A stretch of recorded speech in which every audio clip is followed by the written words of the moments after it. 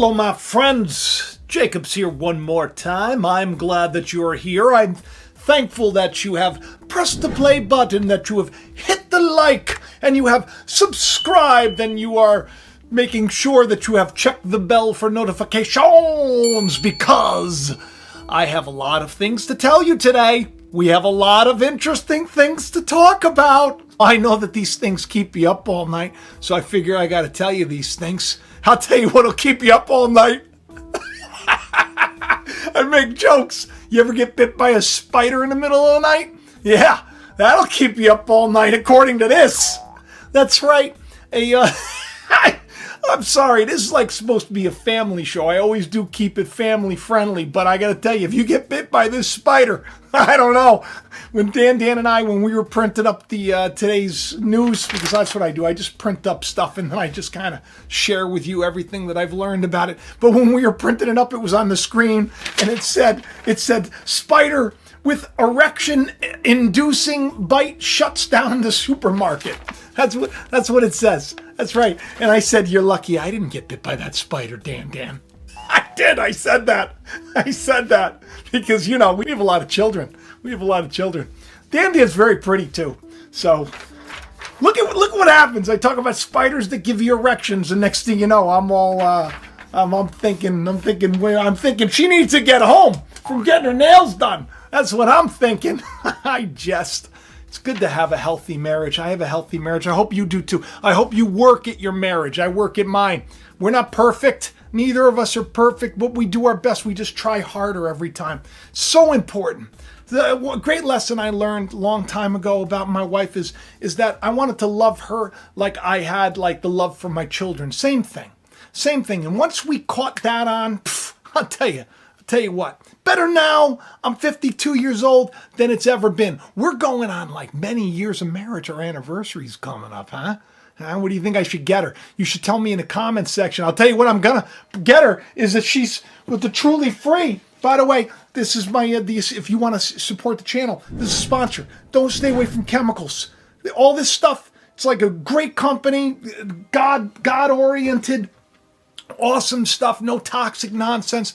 But the Dan, after I've been talking about Truly Free, she's like, you took the box. Where did you take the box from? I said, oh, she was going through it. She said, I need to order more. You can order more too, by the way, if you want. It'll make you feel better, make you healthier, make you look better, make you smell better. All around, it's good to go. And if you put in code Jacob, you get 30% off. Look at that. I put a plug in there and I didn't even mean to. You know, you get up there in age, skincare is an important thing. Now, the world is a goofy place. It's a kooky place, and it's getting kookier by the minute. A lot of people were at JacobingMe on Twitter. By the way, if you're on Twitter and you haven't followed me on Twitter, it's at JacobIsrael71. Check me out on Twitter. I share a lot of stuff there. I try to share everywhere I can. You know that this house, the house that I live in right now, this was Dan's dream house when she was growing up, and we got it. When we got this house, which, by the way, this pool was all disgusting. This was all overgrown over in here. We got this house. It was a foreclosure. There's no way we could have afforded this house.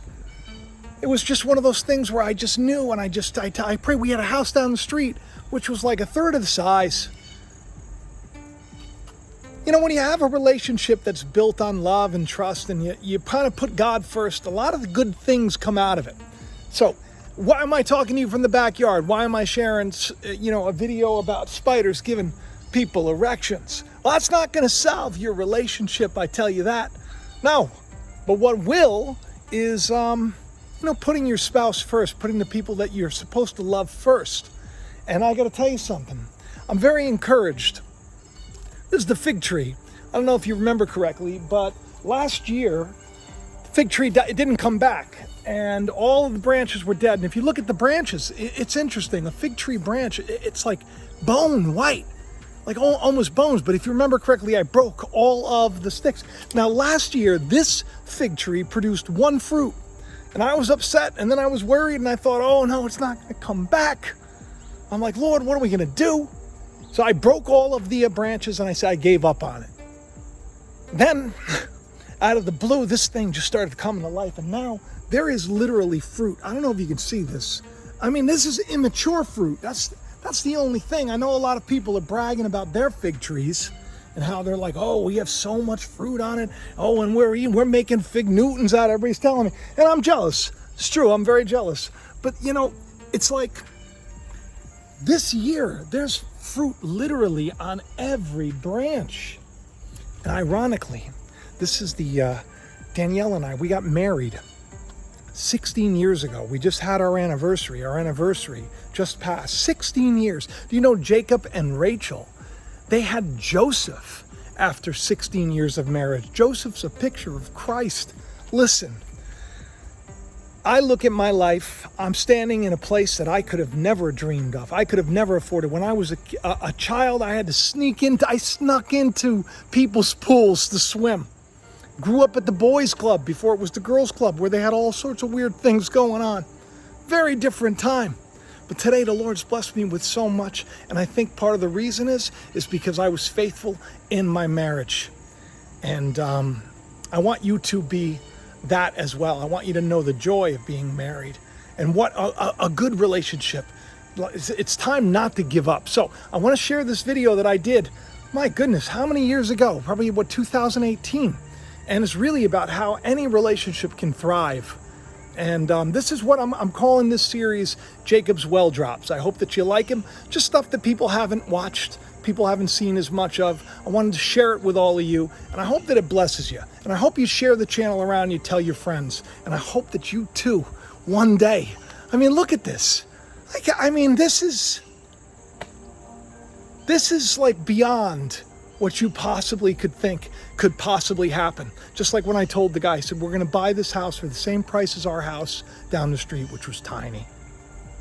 And we did, because it ended up in this and it ended up in that. God is good. Enjoy this well drop.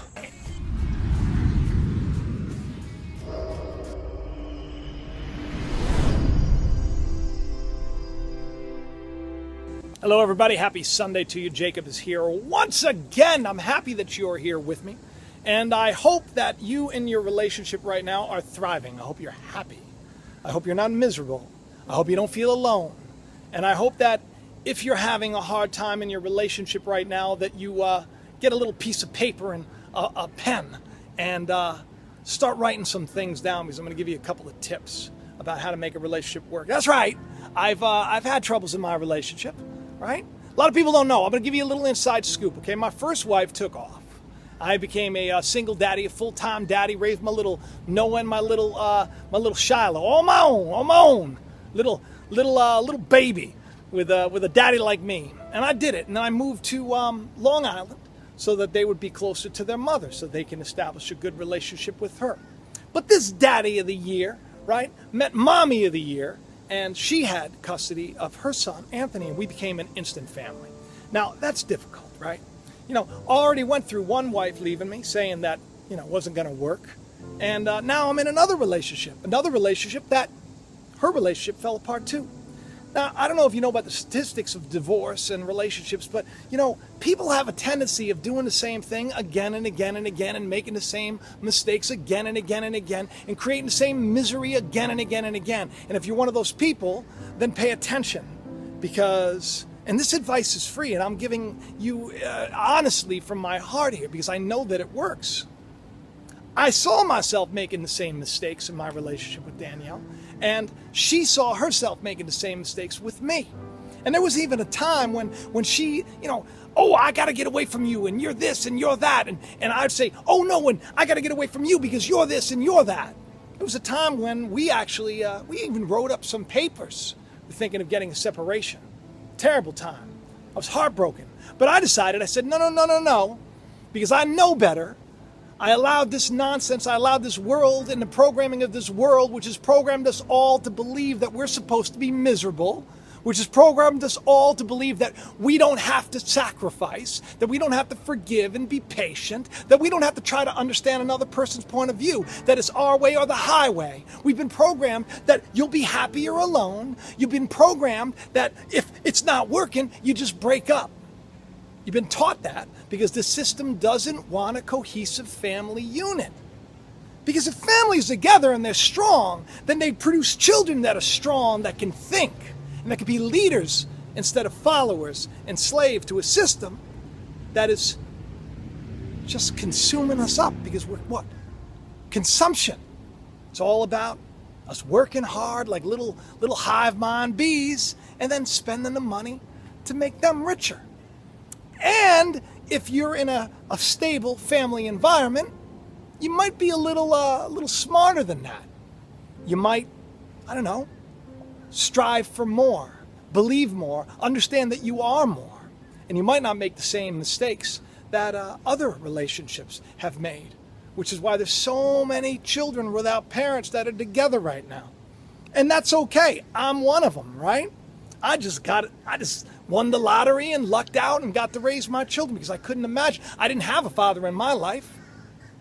So important today. I get so many emails from so many of you that are having troubles in their relationships. And I even have friends of mine and family members and people close to me that are struggling, and they want so badly to blame the other.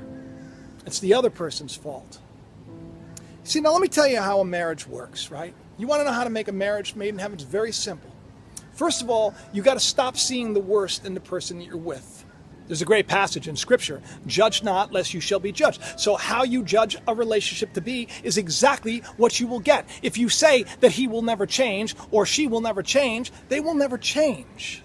You see, you got to understand, if you've been in this channel long enough, you understand that hopefully you understand that you are more and that you have power over your life and you have power over your surroundings. That all things were given to the Son for the Son, because all things exist in Christ, right? Everything. We move, we breathe, and we have our existence in God, and everything was made for us. The scriptures say that man was given dominion. The problem is, everyone has been tricked into exercising dominion when it comes to misery, when it comes to pain, when it comes to fear, when it comes to shame, when it comes to hate, when it comes to anger, when it comes to bias. And love is lost, and compassion is lost, and forgiveness is lost, and patience is lost, and being strong for your mate if they're having a hard time is lost. So here are a couple of tips, okay? First off, stop thinking the worst. Second of all, remember the past doesn't exist. The devil's spell backwards is lived. Just because something happened a certain way in the past doesn't mean that it has to happen that way again. We are the masters of our ship. We are in charge here. We are bigger than our thoughts. When somebody does something that sets us off and we get angry and this negative thought pops into our head saying, oh, well, tell them about that and don't let them get away with this. That thought, we don't even know where that comes from. Some people will say that that is programming. Freud would say that it was the id, right? It in Latin, that voice in your head. Some will say it is the devil, the prince and the power of the air waves. We've been manipulated. We've been controlled. We've been brainwashed to be miserable. And that's why so many are hurting today. You've believed your life is less than it can be. You've believed that you can't get ahead. You've believed that you can never make it work with this person or that person. And then you go and you make the same mistake with others because you have not loved. That's what it boils down to. Believe me when I say that I have had hard times in my relationship. I have made mistakes in my relationship. I have been in hell in my relationship. But I turned it around. And so can all of you when you understand that you are in control of your life and your relationship. And that whatever you say, the power of life and death is in your tongue. Whatever you say about your spouse, about your so-called loved one, you want to paint them out to be a monster. You want to tell everybody how terrible they are. And then when they act that way, you say, you see, I told you. Never once thinking that maybe you judged them the wrong way. Or you judged her the wrong way. And you got exactly what you believed. Because with faith, all things are possible. I am coming on here every week, people. And now on Sundays, I'm trying to speak a little more plainly to you because I want you to take it, for those who are ready, take it to the next step. It's time to enter that kingdom. It's time to enter that rest, that light that I've been talking about, that Christ in you, the hope of glory. If you're saying, teach me the truth no matter what the cost, and you're looking for more, and you're not listening to the lies of religion, and you're seeking God in all things, you're going to understand that right now, is the day when you are entering into the light, and in a way that has never been available to any of us before. You can turn your relationship around. That's easy. But you can also change the world. If you have faith the size of a mustard seed, no. That's what a lot of people will say. It's about the size of your faith. No, as a mustard seed. If you have faith as a mustard seed, because a mustard seed knows it's going to be a mustard tree. If you understand that your spouse can turn it around, they're going to turn it around.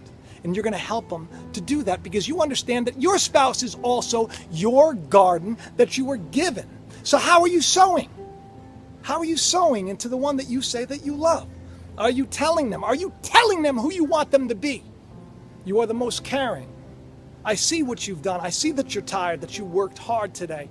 I understand that you're a little short with me right now. What can I do to make things better for you? When I stopped being selfish in my relationship, and I was, because it takes two to tango, baby. Danielle and I were both wrong in our problems. But when one person is strong enough to take the load off of the other, they say as Christ loved the church, husbands love your wives as Christ, to sacrifice your life for the one that you say you love. And what does sacrificing your life mean? Does it mean that, you get to be a doormat and you get to be abused? I'm not talking about staying in abuse. But let me tell you something. If you're funneling out verbal abuse and you're getting it back in return, that is called reaping what you have sown. You could turn it around by changing the tune. You got to understand that the person you love, just like you, we've been manipulated, we've been brainwashed, we've been conditioned to be miserable and to blame and to shame. It's time we change our words. It's time we change our words. It's time that we have love for our spouse like we have for our children. If your spouse does something wrong, do you forgive him or do you hold on to it? You hurt my feelings, so now I'm gonna hurt yours. Well, you made me feel really bad, so forget you. I'm not gonna get you those roses, like I said. If you want your relationship to be like heaven, then you have to act like an angel. But if you want it to be hell, just continue on like the devil that you've been programmed to be. But you are more. The day that we are in is so important. The day that we are in is so beautiful. And it's right now waiting for all of you to take hold. And let me tell you something, it's not going to be easy. You can't just change bad habits that you've been doing for years and years and years and years and just think that, oh, well, I did it right this time, but they didn't react the right way. You got to continue. You have to endure. I put out a tweet the other day. Those who endure are victorious until the end. And those thoughts that come into your head telling you how bad somebody is, oh, this person is so bad, this person is, look at what they're doing, blah, blah. Those thoughts, they're probably not even you. They've been programmed since you were a kid. Tree and knowledge of good and evil. You've been told what to think for too long. It's time to start thinking yourself, and it's time to take your relationship to new heights. So you can come on here and tell me, as I'm telling you, that the the Danielle, my love, my life, my wife, who once probably hated me, best thing that's ever happened to me. And I'm the best thing that's ever happened. And right now in our relationship, it is better than it's ever been. And it's been this way for so long that every day I do feel like I'm in heaven on earth. Because that's what heaven is. Righteousness, peace, and joy. It's not meat or drink, as they say. It's not revelry and craziness and playing the harp. It is right here and right now. It's time to wake up, people.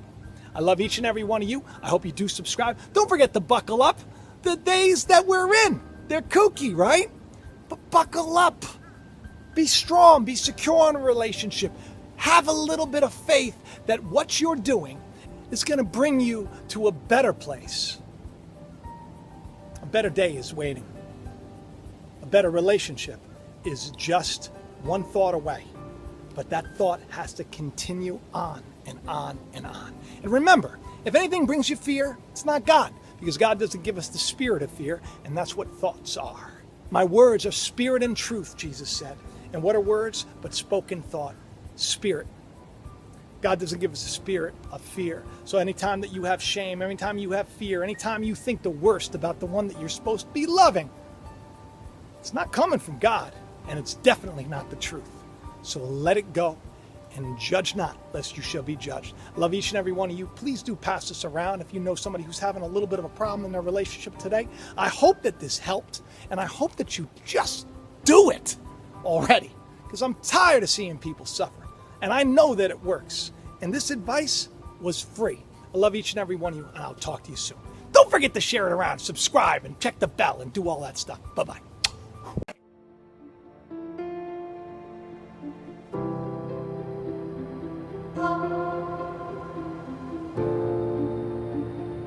September 10th. Mars hangs closer to the Earth than it has in 6,000 years. Like the light that led men from the East to a child in a manger, it could well be a sign of good things to come. Thomas James shall be his name. The world will change because of him. In the small town of Bethel, in a time not unlike our own, a child with a great purpose is born. Years later, alienated by his peers and abused, Thomas suffers a devastating loss. When it appears he has nothing left to live for in the world, this is when his true calling begins.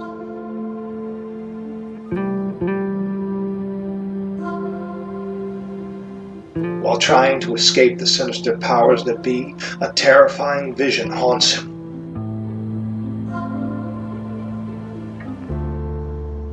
Miraculous events seem to follow the peculiar young man as he struggles to come to terms with what he was born to do. The stage is set. The time is at hand. The truth will rise and a revolution will begin. The startling revelation of who Thomas James is, truly, will change the lives of those around him and set off a chain of events long ago foretold. There is more to this novel than one might think. Inside these pages hides a treasure just waiting to be discovered. So if you've ever wondered if there's more to life, or why it is we suffer, then this story will not only captivate you, it may just open your eyes to a truth that could set you free. Find out what is in us all that makes us heed the calling